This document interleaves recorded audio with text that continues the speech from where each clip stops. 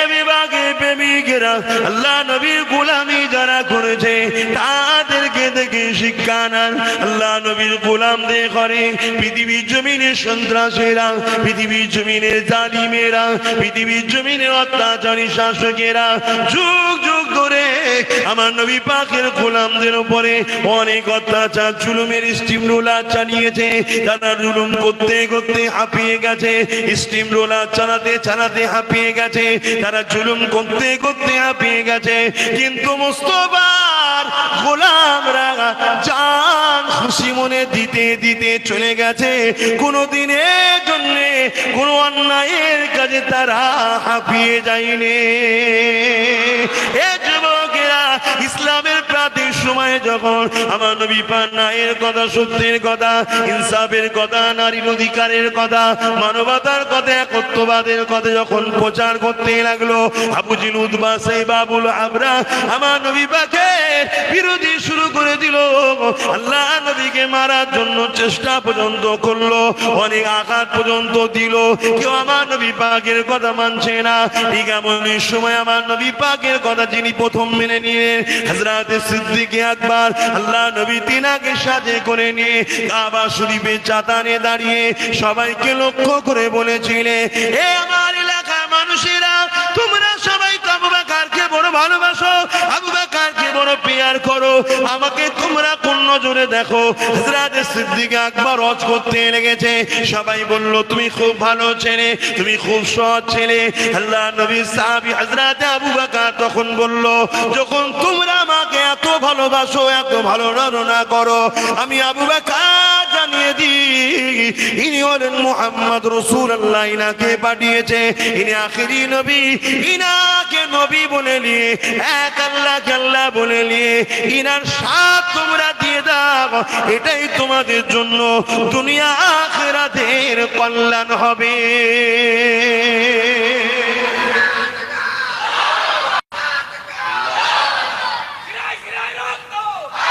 আস্তে আস্তে এই কথা যখন বললেন, এই প্রথম রাসূলের পক্ষে দাঁড়িয়ে দিনের প্রচার সর্বপ্রথম যিনি শুরু করেছিলেন, আলহামদুলিল্লাহ, অহংকার নয়, আপনাদের ভক্তি গুরুত্ব বাড়াবার জন্য বলছি, সেই খুন আমার শরীরে দৌড়াচ্ছে, আলহামদুলিল্লাহ। আমি সেই সিদ্দিক আকবরের খুন, নবীর বংশধর আবু বকরের আওলাদ। কথা বুঝে আসছে? এই কথা যখনই বললেন, সঙ্গে সঙ্গে চারিদিকে যারা দাঁড়িয়ে ছিল তারা হযরত আবু বকর সিদ্দিককে মারতে শুরু করলো, বড় বড় পাথর নিয়ে ছুটছে। নবীর পক্ষে থাকলে মার খেতে হবে না, হবে না? জোরে বলুন। এটাই তো আল্লাহর পরীক্ষা, এটাই তো পরীক্ষা। তুমি আমি সবাই পরীক্ষা করি, তুমি আমি একে অপরকে টেস্ট করি, আর সব কিছুর মালিক যিনি আল্লাহ, তিনি আমাদের কি টেস্ট নেবে না? এটাই তো পরীক্ষা। মার শুরু করলো, এক মার মারলেন, হযরত আবু বকর সিদ্দিকের শরীর থেকে রক্ত পড়তে পড়তে কাবার জমিনে অচৈতন্য হয়ে গেল, অজ্ঞান হয়ে পড়ে গেলেন। সেদিনে নিষ্ঠুর পাষাণ বেঈমান মুনাফিকেরা, জালিম শাসকেরা, আবু জিল উতবা সাইবা বাহিনীরা আমার আবু বকর সিদ্দিককে শুধু একা মেরেছে তা নয়, আল্লাহ নবীকেও সেদিন তারা আঘাত করেছে। একদিকে আবু বকর সিদ্দিক অজ্ঞানে পড়ে রয়েছে, আর একদিকে হযরত নবী মুহাম্মদ আরবি সাল্লাল্লাহু আলাইহি ওয়াসাল্লাম অজ্ঞানে পড়ে আছে। এই নজওয়ানেরা, বড় সহজে আমরা ইসলাম পেয়েছি, বড় সহজে আমরা দ্বীন পেয়েছি, বড় সহজে কোরআন পেয়েছি, রাসূলকে পেয়ে গেছি, আমরা গুরুত্বহীন করে দিচ্ছি। কেননা যে জিনিসটাই সহজে পাওয়া যায় তার গুরুত্ব মানুষ অতটা দিতে চায় না। যখনই খুশি যাবেন ফুরফুরা শরীফে গেলে আব্বাসের সঙ্গে দেখা হয়, তাই এলাকার মানুষের কাছে গুরুত্ব তুলনামূলক দূরের মানুষের কাছে কম। অথচ দূরে মানুষ যারা বছরে একবার দেখতে পায়, যখন তাদের গ্রাম থেকে বেরিয়ে চলে আসি তারা চোখের পানি ফেলে কাঁদে। একই তো মানুষ, কি জন্যে? তারা দেখতে পায় না। এটা মানুষের নেচার। যুবকেরা, তবে লক্ষণ কিন্তু ভালো নয়। কেননা আবু বকর সিদ্দিক আল্লাহ নবীর ঘরের মানুষ ছিল, মওলা আলী শেরে খোদা রাসূলুল্লাহ ঘরের মানুষ ছিল। তথাপিও তিনারা নবীকে যে প্রেমটা করেছে অন্য কেউ প্রেমটা দিতে পারেনি। এই যুবকেরা, তরুণেরা, হক দূরে কাছের কথা নয়, ভালোবাসতে হয়। কিন্তু সমাজ এটাই তো করতে লেগেছে। আমরা সহজে আযান পেয়ে গেছি, সহজে নামাজ পেয়ে গেছি, সহজে রোজা পেয়ে গেছি, সহজে দাড়ি টুপি পেয়ে গেছি, সহজে কোরআন পেয়ে গেছি, সহজে রাসূলুল্লাহ দিনকে পেয়ে গেছি। এই জন্য আমাদের কাছে গুরুত্ব নাই।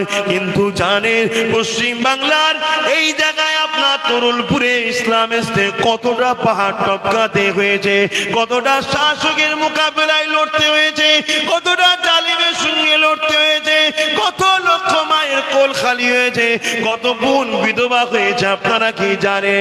এই যুবকেরা, তরুণেরা, বাপেরা, আল্লাহ নবী নূহ নবী নবী যখন এইভাবে দিনের প্রচার করে কেউ মানতে চায় না, আবু বকর সিদ্দিককে বলল তুমি বলো। আবু বকর সিদ্দিক যখনই বলতে লাগলো, এলাকার মানুষরা মারতে মারতে মারতে আবু বকর সিদ্দিককে রক্তাক্ত করে অজ্ঞান করে দিল। আল্লাহ নবী অজ্ঞান হয়ে গেল। এই যুবকেরা, তামিল গোত্র বলে একটা গোত্র ছিল, তারা সিদ্দিক আকবরকে তুলে নিয়ে ঘরে নিয়ে গেল। আহারে বাবার মাহারা, এতিম নবীকে কেউ নিয়ে গেল না। আল্লাহ নবী কাবার পাশে অজ্ঞানে পড়ে রয়ে গেল। আর আবু বকর সিদ্দিককে মায়ের কোলে তুলে দিয়ে আসা হলো। আবু বকর সিদ্দিকের আম্মা কোলে বাচ্চাকে নিয়ে, ছেলে যত বড়ই হোক বাচ্চা থাকে মায়ের কাছে, তাই সিদ্দিক আকবরের মুখে মাথায় হাত বোলায় আর চোখের পানি ফেলে ফেলে কাঁদে আর রক্তগুলোকে মুছতে লেগেছে। এমন সময় সিদ্দিক আকবরের চোখটা খোলে। তার আগে রাসূলুল্লাহর চোখটা খোলে। আল্লাহ নবী চোখ খুলে কি বলেছিলেন? আল্লাহ আবু বকরকে আপনি সুস্থতা দিন, হায়াত দিন। আবু বকরকে আপনি তুলে নেবেন না আল্লাহ। সব একটাই মানুষ, আমি রাসূলকে মেনে নিয়েছে, আমার পাশে দাঁড়িয়েছে। আল্লাহ আবু বকরকে আপনি লম্বা হায়াত দিন আল্লাহ। আবু বকরকে আপনি তুলে নেবেন না। আল্লাহ নবী দোয়া মিস গেল না।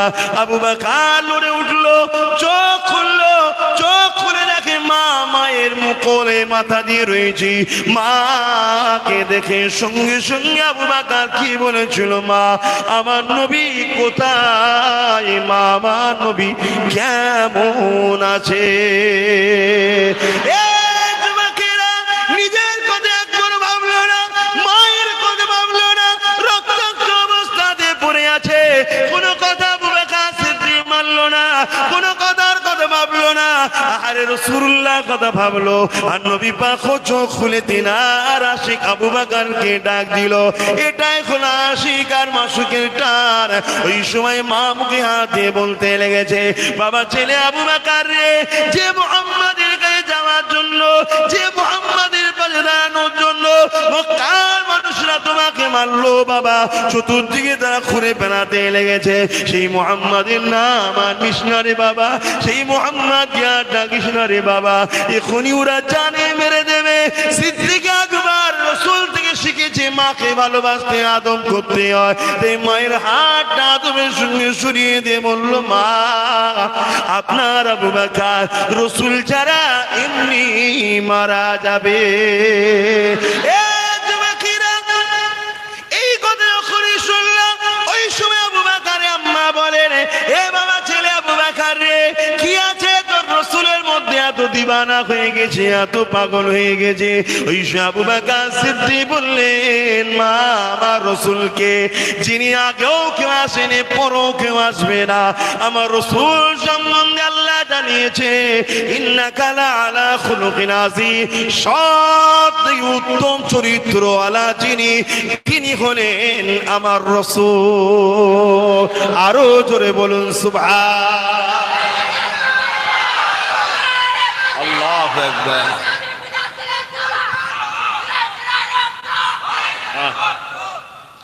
সেই নবীকে চিনুন, সেই নবীকে ভালোবাসুন, ঠিক আছে?